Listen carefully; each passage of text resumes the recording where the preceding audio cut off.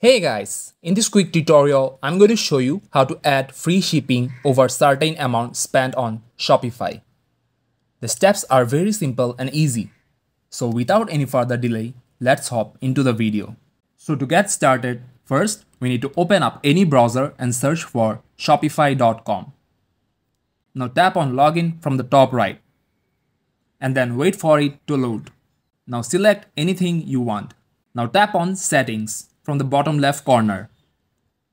After that, select shipping and delivery and then select general. Now tap on create zone. Rename the zone name and after that choose the country. Now tap on done. After that, select add rate. Now rename rate and after that tap on done. Now recheck if all your provided informations are correct. And then tap on save from the top right.